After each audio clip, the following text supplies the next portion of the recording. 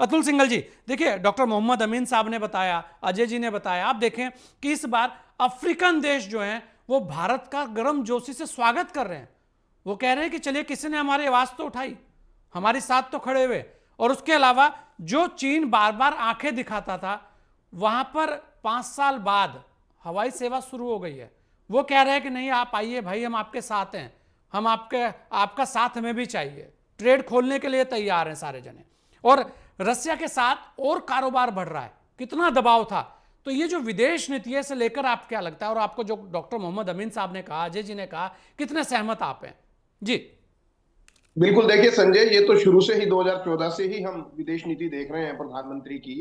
और उनका जो एक आंतरिक स्तर पर भी वो हमेशा बोलते हैं सबका साथ सबका विकास। और सबसे बड़ी जो चीज देखने को मिली, जैसे दोनों वक्ताओं ने भी कहा कि प्रधानमंत्री ने या देश ने कभी दादागिरी नहीं दिखाई। उसने छोटे लोगों को भी या छोटे देशों को जो छोटे आबादी में छोटे हैं, आर्थिक रूप से कमजोर है, उनको भी गले लगाया। और सबसे बड़ी बात क्या है कि प्रधानमंत्री एक आत्मविश्वास के साथ जिस तरीके से लोगों से गले मिलते हैं, संवाद करते हैं, तो संवाद से एक सद्भावना आपस में जुड़ती है। उन्होंने हर व्यक्ति से, हर विदेशी राजनयिक से, हर राष्ट्राध्यक्ष से उन्होंने संवाद स्थापित किया।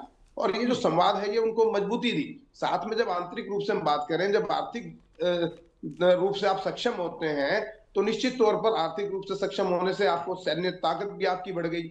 इन सब चीजों का भी प्रभाव पड़ता है। जब आप उभरती हुई शक्ति बनते हैं सामने, विश्व के सामने एक कमिटमेंट लेके सामने चल रहे हैं, तो समझ में आता है। अब ट्रंप ने बार बार कहा कि भारत जो है तेल लेना कम कर देगा धीरे धीरे रशिया से, लेकिन भारत ने कोई प्रतिक्रिया नहीं दी, तेल लगातार लिया जा रहा है। और जब भारत के और ट्रंप के रिश्तों में थोड़ा सा ऐसा लगा कि अमेरिका के रिश्तों में थोड़ा खिंचाव सा दिखाई दिया, तो उधर चाइना ने सरेंडर कर दिया भारत के सामने, वो दबाव में महसूस हुआ। तो निश्चित तौर पर यूएसए की चिंता बढ़ गई कि अगर रूस, चीन और भारत एक मंच पर आते हैं तो ये बड़ा चिंता का विषय है अमेरिका के लिए। तो सब बेसिकली अगर कहा जाए कम शब्दों में संजय, तो प्रधानमंत्री ने नब्ज पकड़ ली है कि किस प्रकार से नब्ज पकड़ी जाती है। और यही कारण है छोटे से लेकर बड़े देश तक 30 जो उनको राष्ट्रों ने सम्मान दिया, सबसे सर्वोच्च सम्मान दिया है। और उनकी जो एक स्वीकार्यता है पूरे उसमें बढ़ रही है।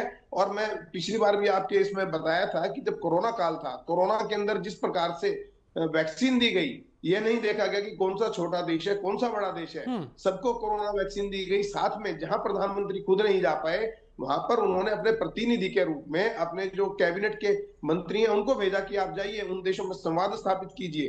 तो ये और सब आप चीजें जो देखें है अतुल जी, एक चीज और महत्वपूर्ण थी कि जब ऑपरेशन सिंदूर हुआ तो उसके बाद एक प्रतिनिधि मंडल बनाया गया, पक्ष विपक्ष सब लोगों को लेकर, और सब देशों में भेजे गए बताने के लिए कि भाई हमने कोई गलत कार्य नहीं किया है।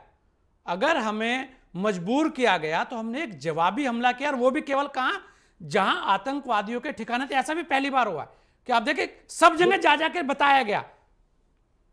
बिल्कुल, मैं वही कह रहा हूँ, संवाद का जो विषय है, जब तक आप बोलेंगे नहीं, अपना पक्ष नहीं रखेंगे, लोगों को अपना नहीं बनाएंगे, अपनी बात नहीं रखेंगे, तो कैसे लोग विश्वास करेंगे। आप जाकर अपनी बात कर रहे हो, और उसमें खास तौर से जैसे आपने कहा विपक्ष के लोग थे, शशि थरूर जैसे लोग जो अच्छे वक्ता भी हैं, जिनकी पर्सनैलिटी भी है, और जो विपक्ष के नेता हैं, ऐसे लोग जाकर जब सरकार का पक्ष रखते हैं या अपने देश का पक्ष रखते हैं, तो निश्चित तौर पर उसका असर पड़ता है। और इसीलिए भारत को ज्यादातर देशों का सबका समर्थन मिला है। हालांकि ये तो आप मानेंगे कि 100% या 100% तो कहीं भी नहीं मिलता है। जी। एक दो देश हो सकते हैं इस प्रकार के, क्योंकि सामने वाला कोई देश है, मान लीजिए हम पाकिस्तान की बात करें तो उसके भी एक दो वेलविशर हो सकते हैं। लेकिन कुल मिलाकर जिस प्रकार से आंकड़े सामने आए हैं, ये नतीजे सामने आए हैं, प्रधानमंत्री की स्वीकार्यता बढ़ी है। और मुझे ऐसा लगता है कि ये विदेश नीति जो जारी हुआ, इसका जो दौर ये चलता रहेगा। और जैसा आपने कहा 2026 में भी इसके बढ़िया नतीजे देखने को मिलेंगे संजय।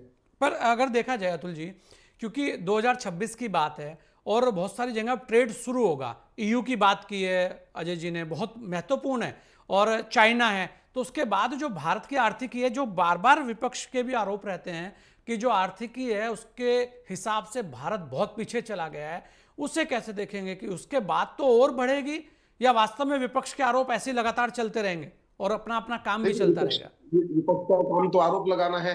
हाँ। और किस प्रकार से भारत जब चौथी अर्थव्यवस्था बन गया है विश्व की सबसे बड़ी, और हाँ। हम तीसरी अर्थव्यवस्था बनने की लाइन में लगे हैं, और हम उम्मीद करके चल रहे हैं कि बहुत जल्द बन जाएंगे, तो इन आरोपों के क्या क्या दम है तो साफ दिखाई देता है। इसके अलावा जो भारत की जो विदेश नीति के अंदर एक ट्रेड इन इंडियन रुपी के अंदर जो लेकर चल रहे हैं, हमारी डॉलर पर जो निर्भरता है, प्रधानमंत्री का फोकस ये है कि हम किसी भी देश से उसके उसमें जो उसकी मुद्रा है उसमें या भारतीय मुद्रा में उससे व्यापार करें। तो निश्चित तौर पर मुझे ऐसा लगता है कि डॉलर के ऊपर निर्भरता भी आपकी खत्म होगी, और इन सब चीजें दूरगामी सोच के हिसाब से चला जा रहा है सरकार की तरफ से, और इसलिए इसके दूरगामी परिणाम देखने को मिलेंगे।